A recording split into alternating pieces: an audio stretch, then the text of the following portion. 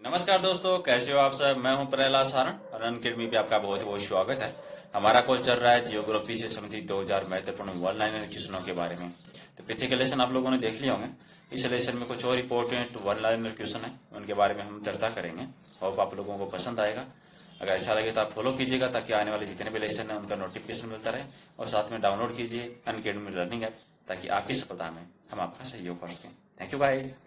Okay guys, तो यहाँ मेरे बारे में डिटेल्स दी है। अगर आपको लेसन अच्छा लगता है तो स्टार दे सकते हैं, रिव्यू कमेंट कर सकते हैं, अपने दोस्तों के साथ शेयर कर सकते हैं।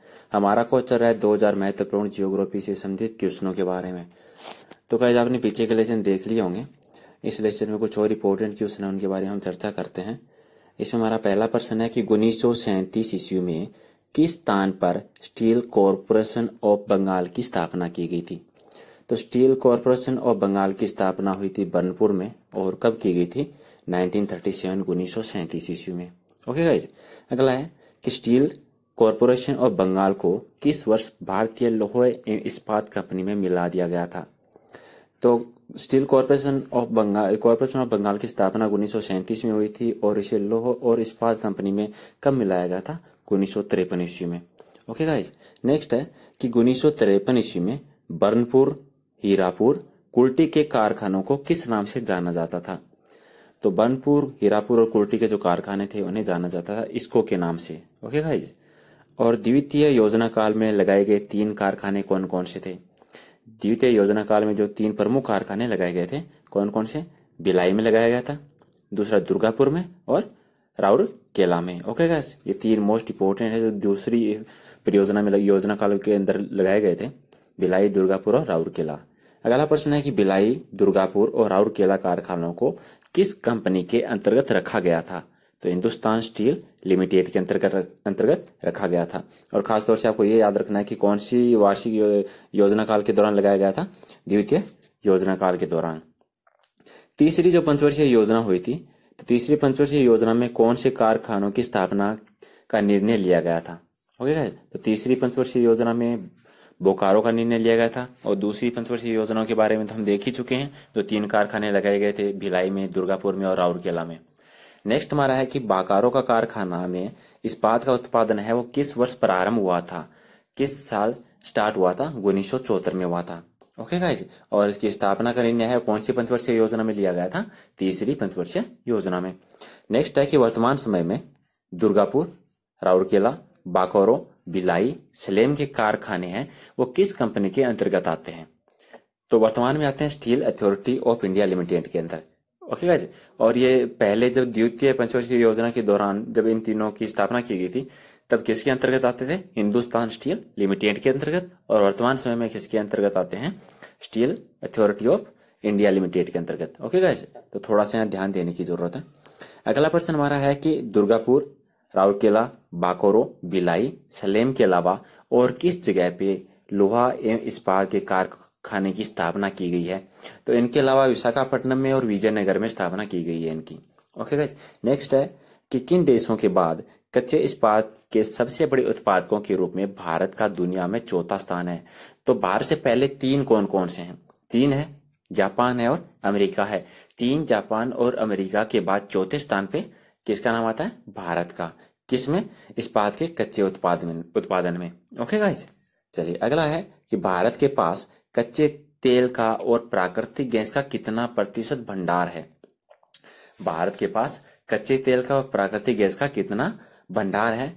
तो कच्चे तेल का भारत के पास है 557 मिलियन मीट्रिक टन, और जो प्राकृतिक गैस है उसका भंडार भारत के पास है 1241 billion cubic metre. Okay guys, कच्चे तेल का कितना है 757 मिलियन मीट्रिक टन और प्राकृतिक गैस का कितना है 1241 billion cubic metre. Okay guys, और नेक्स्ट हमारा है कि पेट्रोलियम और प्राकृतिक गैस क्षेत्र जिनमें पेट्रोलियम उत्पादों एवं गैस परिवहन, रिफाइनिंग और मार्केटिंग शामिल है, उनकी देश के सकल घरेलू उत्पादन यानी जीडीपी में कितनी हिस्सेदारी है। ओके गाइस, यानी जो पेट्रोलियम है, प्राकृतिक गैस है, और जिनमें हम पेट्रोलियम उत्पाद है, गैस जो परिवहन है, रिफाइनिंग और मार्केटिंग ये सभी शामिल करते हैं, उनकी देश का जो सकल घरेलू उत्पादन है यानी जो जीडीपी है उसमें कितनी प्रतिशत हिस्सेदारी है, कितना भाग है 15%। ओके गाइस, भारत विश्व में कौन से नंबर का सबसे बड़ा तेल उपभोक्ता देश है? तो याद रखें, उपभोक्ता देश है, तो चौथे नंबर पे है। और भारत में कार्यरत तेल रिफाइनरियों में से निजी क्षेत्र की रिफाइनरियां हैं वो कितनी है? तो कितनी है? 2 है।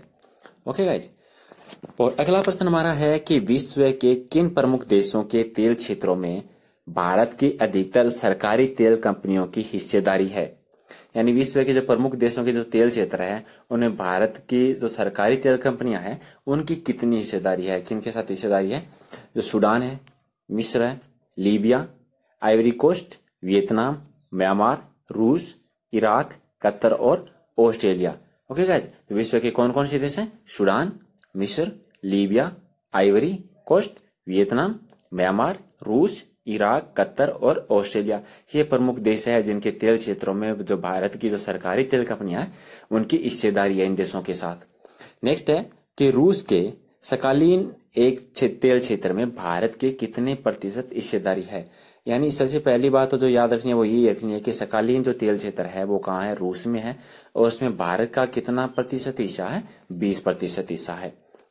नेक्स्ट है कि खांडसारी उद्योग के बाद भारत का दूसरा सबसे बड़ा लघु उद्योग कौन सा है? यह याद रखना, लघु उद्योग, ये ध्यान देने वाली बात है। ओके गाइस, यानी खांडसारी उद्योग के बाद में भारत का जो सबसे बड़ा दूसरा जो लघु उद्योग है वो कौन सा है? हथकरघा है।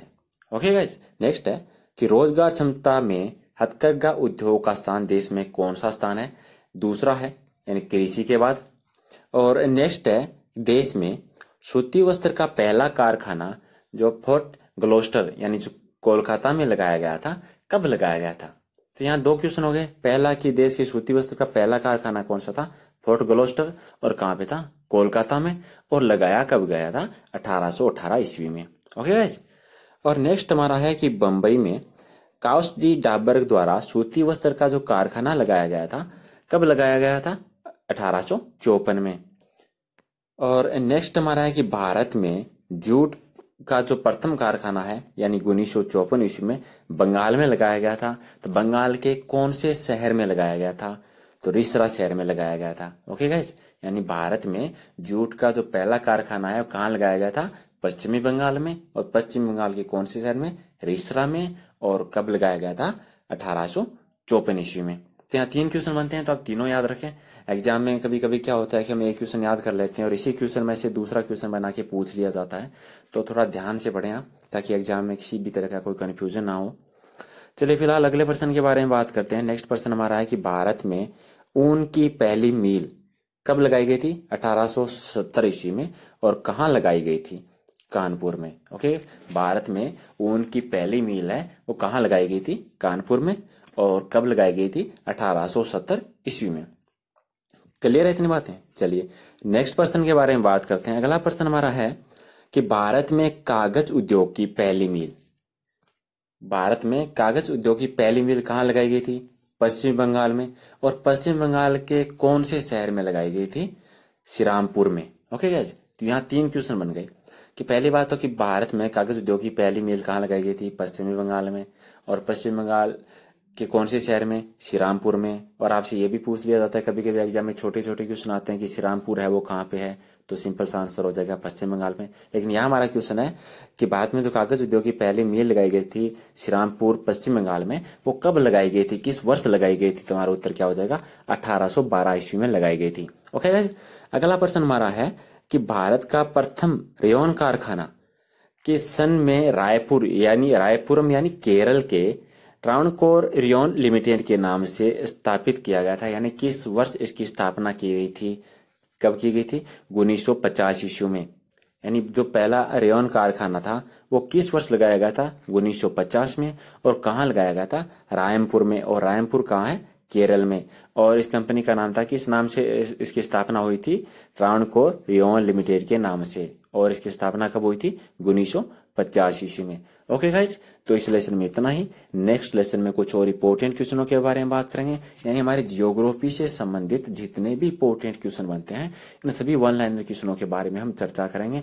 2000 तो हम क्वेश्चन लेंगे ही लेंगे इसमें, अगर इंपॉर्टेंट हुआ, जरूरत हुई तो और भी क्वेश्चन इसमें ऐड करेंगे। डिपेंड करेगा, अगर आप लोगों को अच्छा लगता है तो आप कॉमेंट में जरूर बताएं कि आपको कितना फायदा हो रहा है। अगर आप लोगों को एग्जाम की दृष्टि से अगर ज्यादा फायदेमंद लगता है तो हम ज्यादा से ज्यादा लेसन ऐड करने की कोशिश करेंगे इसमें। ओके गाइज, और अगर आपको अच्छा लग रहा हो तो आप फॉलो जरूर कीजिएगा, ताकि आने वाले जितने भी लेसन है उनके बारे में आपको नोटिफिकेशन मिलता रहे। ओके गाइज, नेक्स्ट लेसन में मिलते हैं कुछ और महत्वपूर्ण क्वेश्चनों के साथ। Thank you.